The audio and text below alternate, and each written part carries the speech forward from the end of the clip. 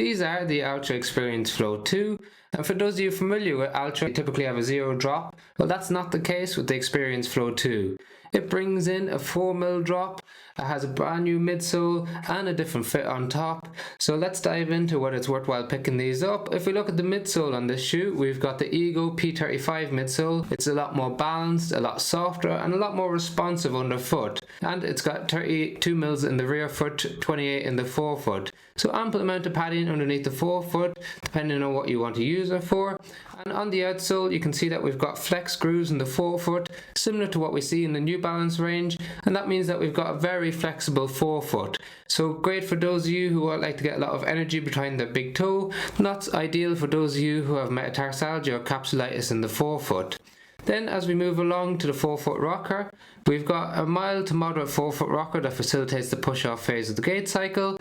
Not too much toe spring in there, so it's not too aggressive overall, and it should suit the majority of the population. Now the 4mm drop is really one of the big talking points in the Experience Flow 2. It's unlike the 0 drop that we see in the other shoes, and really it's a nice introduction to the Altra range if you haven't used them before. Most shoes in the market are 6 to 8mm, that's the most popular overall, and transitioning from 6 to 8 to 0 is a massive drop, especially if you consider the strain that it places on your Achilles. So this sits somewhere in between, and one of the main benefits of the Altra range historically has been the anatomical fit on top of the shoe. So with this you get a nice 4mm drop, very balanced cushioning, you got a nice flexible forefoot, and by having an anatomical toe box it allows your toes to splay, and as a physical therapist, in my opinion, it's one of the best fits in the toe box alongside the topper range, as it really allows your foot to move as it should naturally inside a shoe.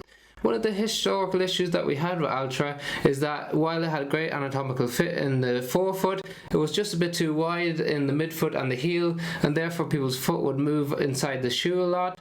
Well, that's not the case with the Experience Flow 2. One of the ways they've modified this is by putting in a moderately padded tongue that's gusseted, so that allows for a greater lockdown on the midfoot, coupled up with some nice padding around the heel cup. So that locks down your foot nicely, it feels nice and snug in the midfoot, but still allows all that space in the forefoot for your toes to splay. So a really excellent update to the upper, which is classic engineered mesh, and this is the Berlin edition, which has a nice colorway in the white, black and red underneath. And the heel counter is moderately flexible, so those of you with sensitivity there shouldn't have any issues with this shoe. So if you want to use it as a lifestyle shoe, it's an excellent option because it gives you a nice even distribution of pressure across your foot. It can be used for standing for long periods of time, or it can be used as a walking shoe.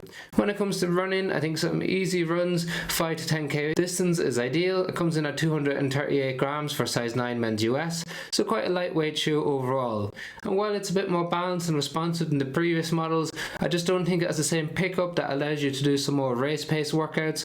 However, if you want to do some easy runs, some recovery runs, it's also an excellent option for that as well. If you found the video helpful or interesting, liking, sharing, subscribing does make a massive difference to the channel, so thank you very much for watching.